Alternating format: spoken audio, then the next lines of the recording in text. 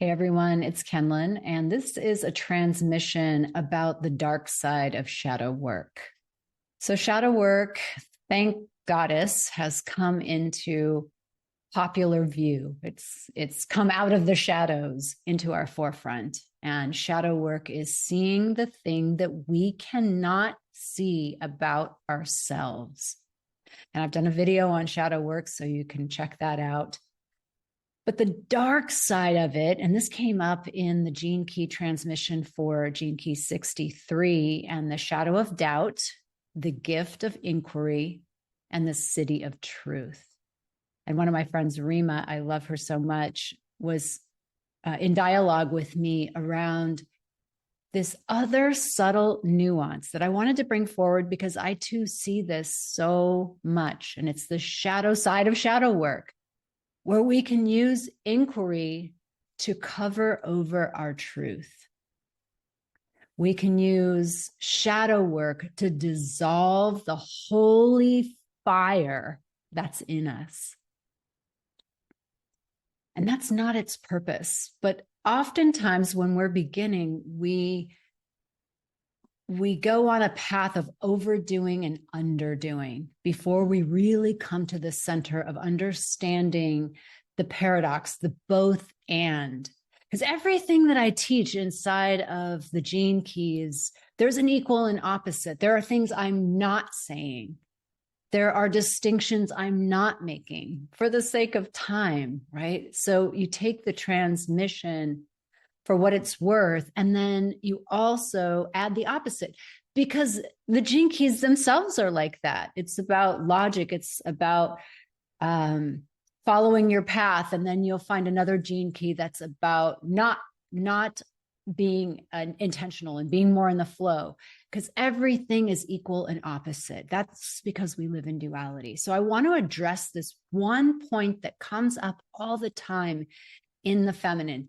So if you found yourself formerly a people pleaser, and maybe that's a thing you're still getting through, and really, I understand that it's not, there are degrees of people pleasing, because not all of it's bad. We want to get along. And I know our intention is to have harmony and have peace.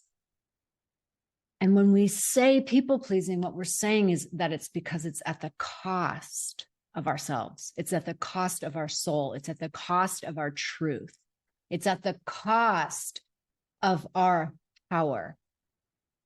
And when something is at the cost of that, you may in that moment be a person who's done the math and said, you know, keeping the peace is more important than, you know, me having this thing or me having my voice or whatever. That equation is flipping, and it's flipping thanks to the North Node in Aries.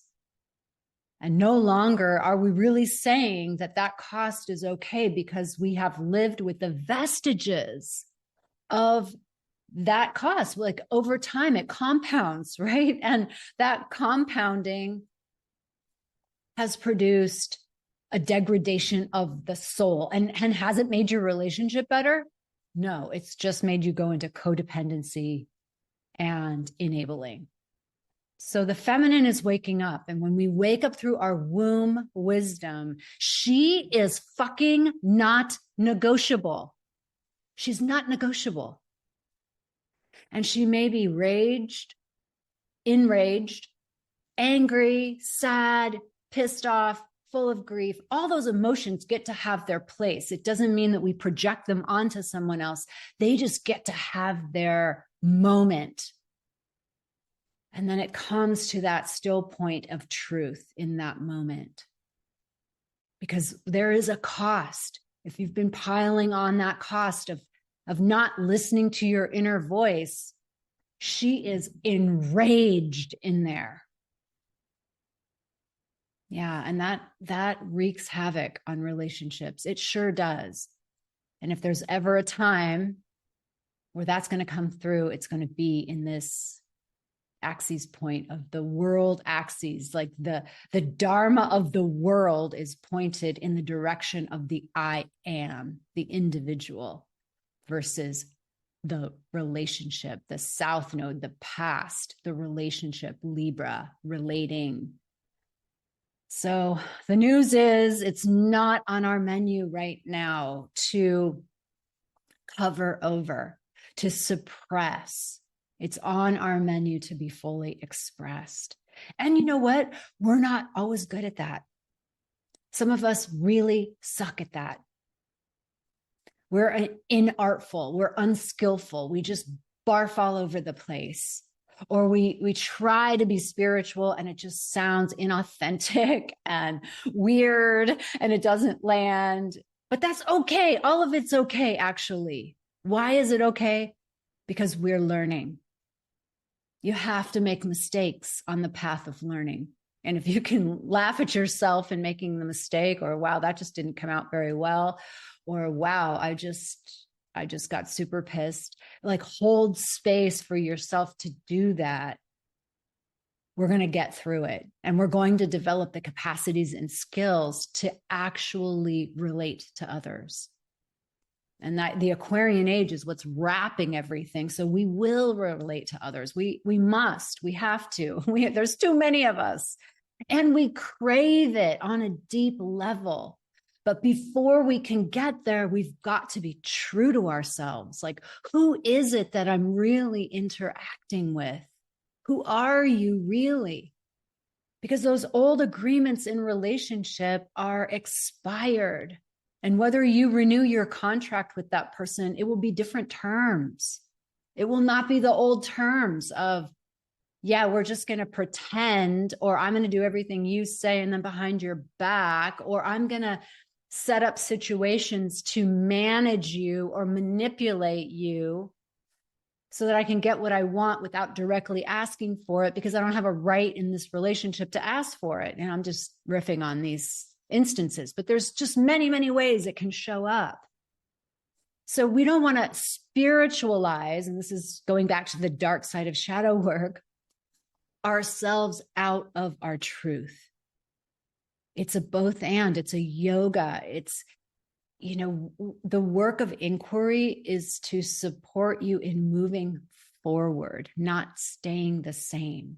The work of inquiry is to dissolve the trigger and to honestly respect someone else's autonomy and to notice the controlling ways that we've managed ourselves, our relationships, our lives.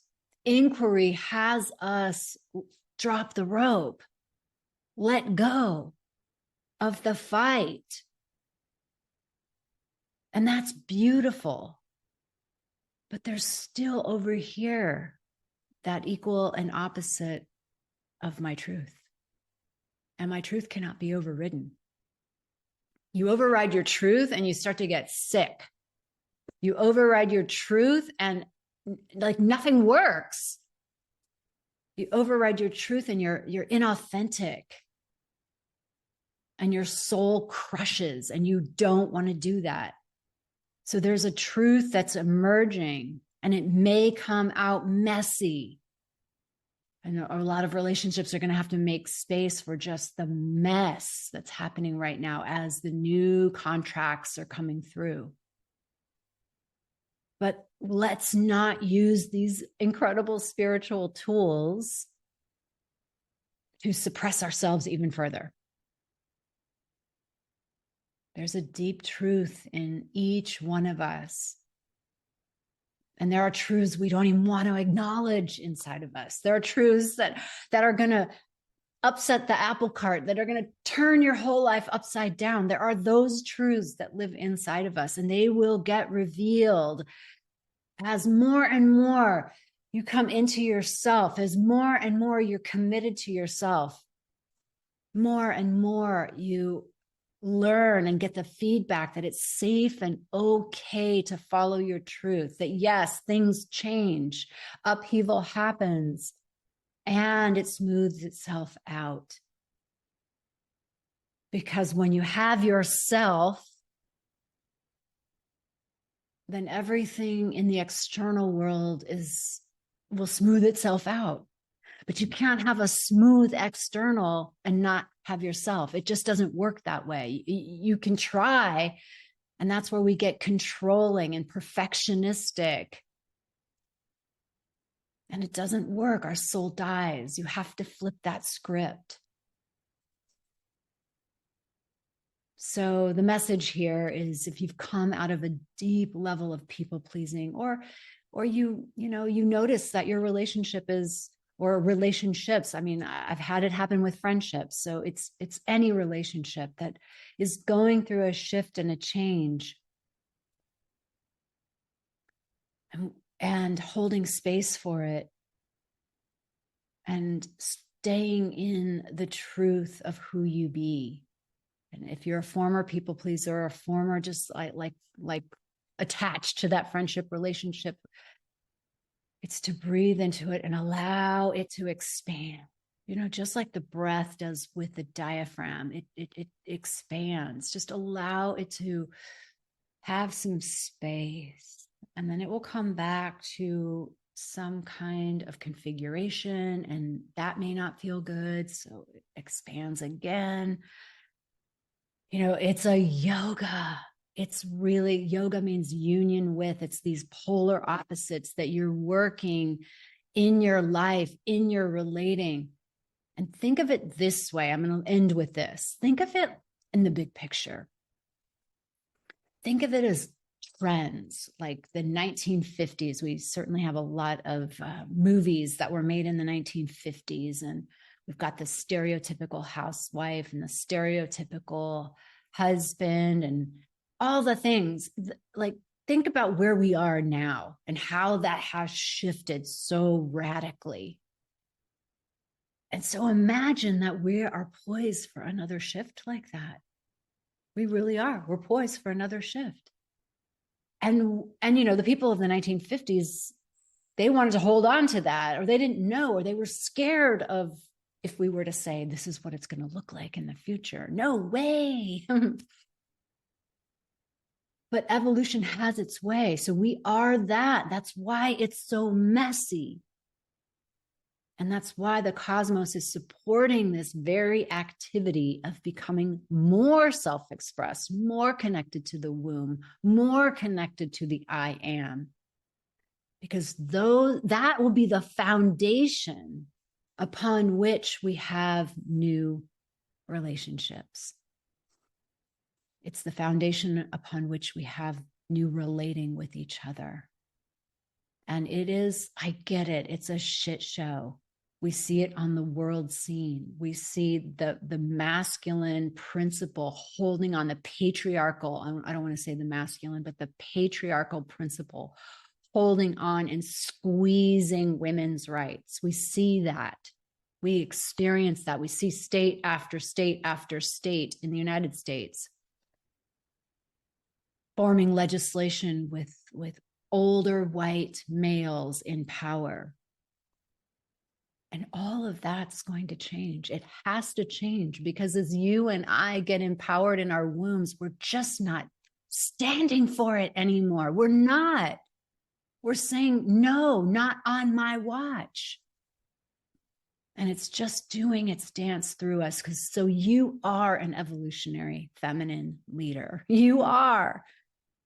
And this is what it looks like. It's messy. And just know that the truth is emerging, and just be faithful to the truth. Have the courage, get yourself inside of groups of women so that you can support your emergence of truth in the present moment, in the here, in the now. I could go on and on. I love this so much. Okay, here we are on the evolutionary track. And I'll see you in the next video.